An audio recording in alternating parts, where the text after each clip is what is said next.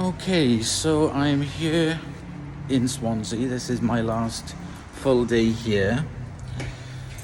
And I've just parked the car at Orchard Street car park.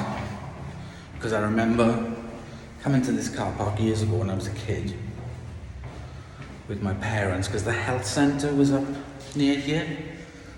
Is that? Yeah, that's the exit. Looks like a push bar exit.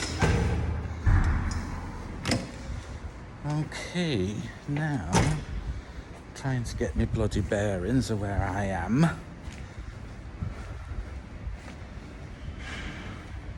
So we're off to the market because I'm going to go and pick up some pasties and sausage rolls. I know this sounds really weird, but there's a bakery here called Mavis Davis Bakery. Mavis Davis is a baker's down in London, down in Mumbles. And they've had a stall in the market for absolutely donkey's years, and well, it looks fantastic. So what am I saying? They are fantastic. So I'm going to get a load, take them home, freeze them, and then have them as and when I want, so I can have a little taste of Swansea when I'm back home.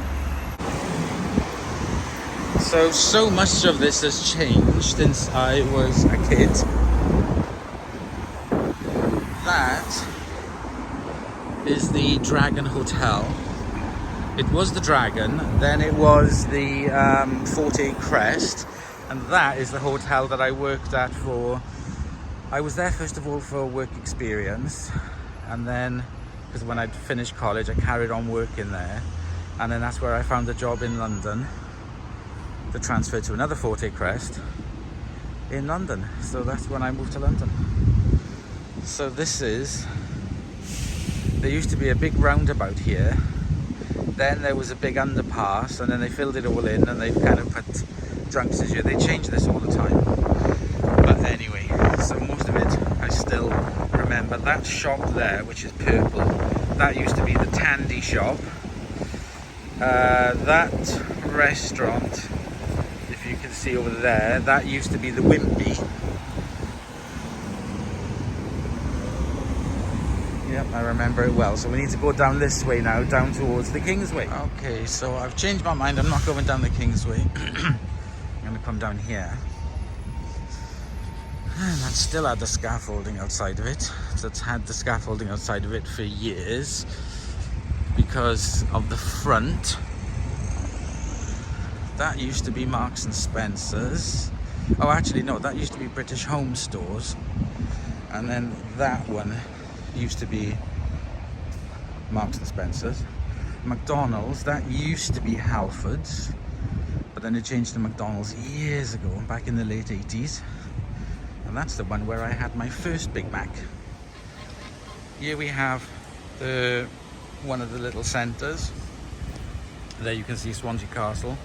This used to be the site of Ben Evans, the department store. That got destroyed in the Blitz of Swansea, and there is where it was moved to. The new David Evans was moved there. This was like a bird gardens then, but now, well, I'd say about 20 odd years ago, they changed it all to this, and apparently soon they're going to get rid of it all and build something else, which I find pointless. I wish they would just jet wash it and fix it rather than spend all the money on digging it all up. It's really not that bad. It really just needs a jet wash. I just noticed as well, they've got a Taco Bell here now as well. City Life. Right, we're gonna go down that way.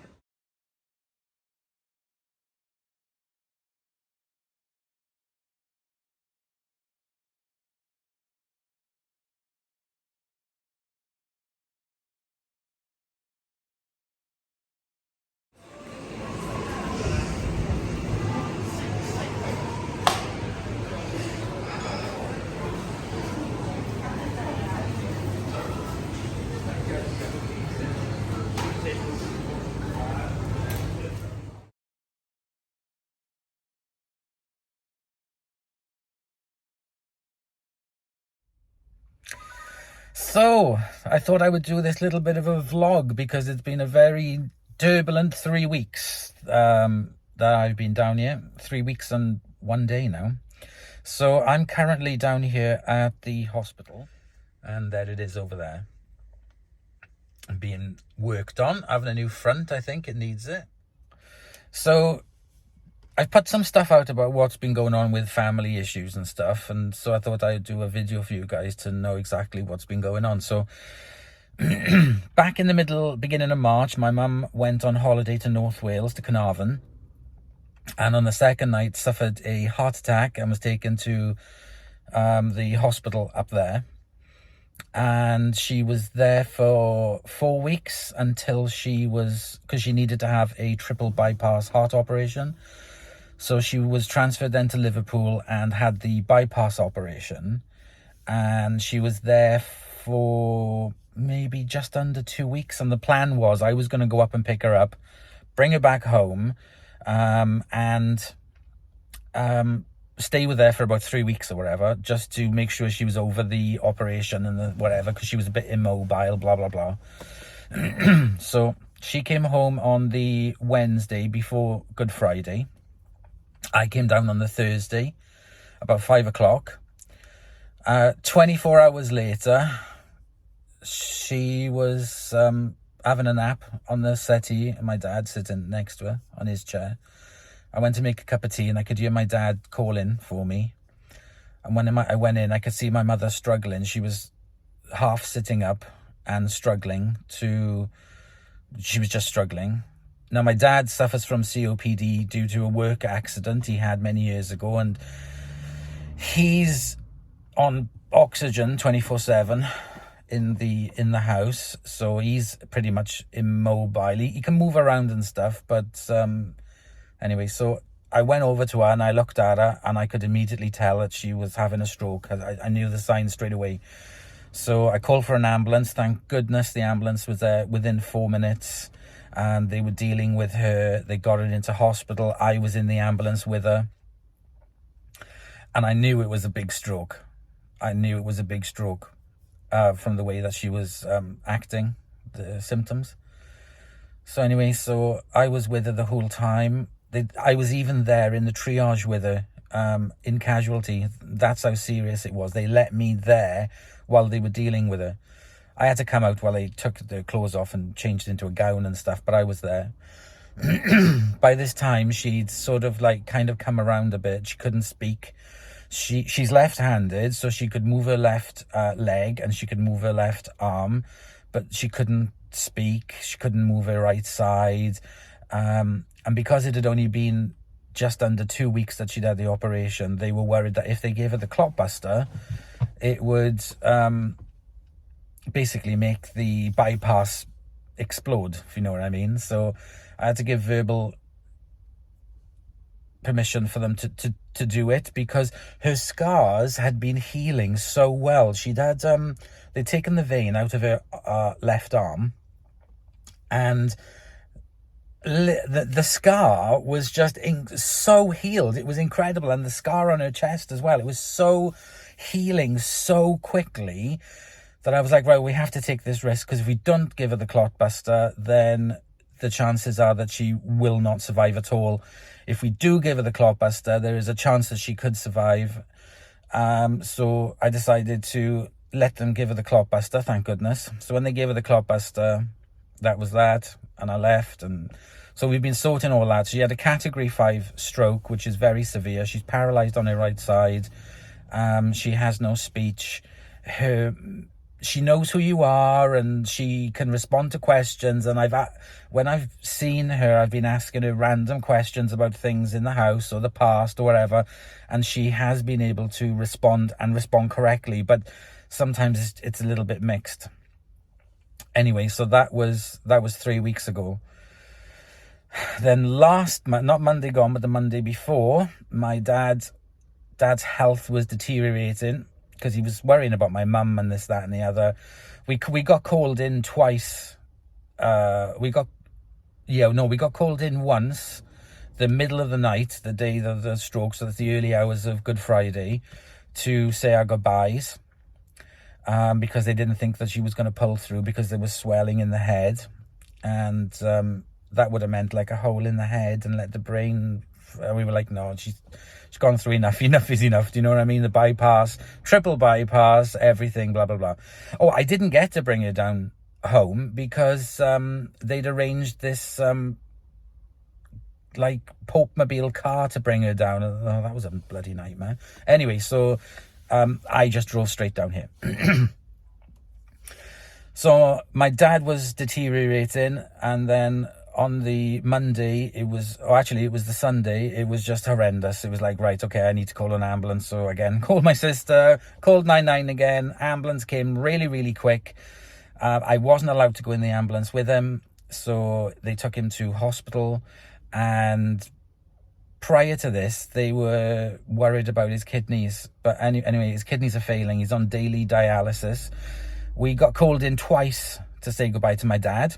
The first was the day after he was taken in. And then again, in the middle of that night at 3 o'clock in the morning, we were called in again to say our goodbyes because he was failing so badly. And now he has they're controlling the infection, but his kidneys are failing and he's on daily dialysis. During the night, he has this really tight mask on his face to assist him to breathe. And anyway, there's nothing I can do now. So I went and saw my dad yesterday, just to tell him I love him, because I don't know if it's going to be the last time we see him. I mean, it's inevitable. It's terminal. It's going to happen. He's not going home, unfortunately. So anyway, I'm going back tomorrow, Saturday, and I'm down here now today to see my mum with my uncle for a little while before I go back as well. And then I'm coming back down then. We're all coming back down then with the dogs on the Jubilee weekend. And friend of ours is going to move up to the house to look after the house while we're away for a week. So there'll be somebody there for Dexter all the time. So it's not looking good, to be honest, guys. So I just wanted to say thank you for everyone's amazing comments and everything. And I just wanted to let everybody know what was going on. And you know, I've been doing stuff around the house, and I filmed the washing machine, and I found a vacuum in the attic when I was sorting that out. I'm not going to tell you anything about it. You'll see that video coming out on Monday, I think. And yeah, so it's not been a very good couple of weeks. It's been extremely stressful and just desperately keeping it all together until I get home tomorrow, and then probably I'll see Hubby Lux tomorrow, and then just be a blubbering mess. But then that's fine because I'm home. But I have to keep it together for now. So, yeah. So, yeah. That's my vlog, basically. So, not very good. I don't know. Stroke is just... I mean, my dad's COPD. He's had it for donkey's years. And, you know, every time he goes into hospital, he's guaranteed to go into hospital with a huge infection. But... yeah, this time it's kind of like it's a biggie. And then my mum as well at the same time. At one point, when they were in, not this hospital, but in the other hospital, he's in a different hospital now, they were next to each other in wards. My mum in one ward and my dad in the other ward. It was incredible. They were less than 20, 30 foot away from each other in two separate wards. Oh, it's an absolute nightmare. But, yeah... I don't know, it's just surreal. I was only supposed to come down for a couple of weeks just to sort of like look after them.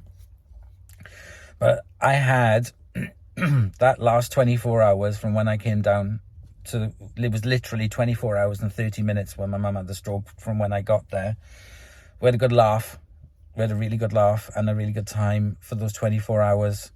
So that's basically the last 24 hours. At least I was there with them. For the whole time. I didn't go anywhere. I had the whole 24 hours with them. Anyway, I'm gonna go. I gotta go see my mum now, and thank you for listening. Just thank you. I know that all of you will be sending out your love and hope and wishes and comments and everything, and that's amazing. I'll put likes and hearts by every single one. So if you have a message saying it's a like, it's me. I'm not going to be able to comment to everybody because it's just a bit too distressing. But you know, I'll put likes and hearts on it so you know that I've read all your messages, like I always do. And 99% of the time I do reply. But yeah. Anyway, guys, thank you for listening to me waffle on. And I'll do another update when I'm down now in a couple of weeks. So there we go. So thank you very much, and I'll see you guys very soon. Thank you.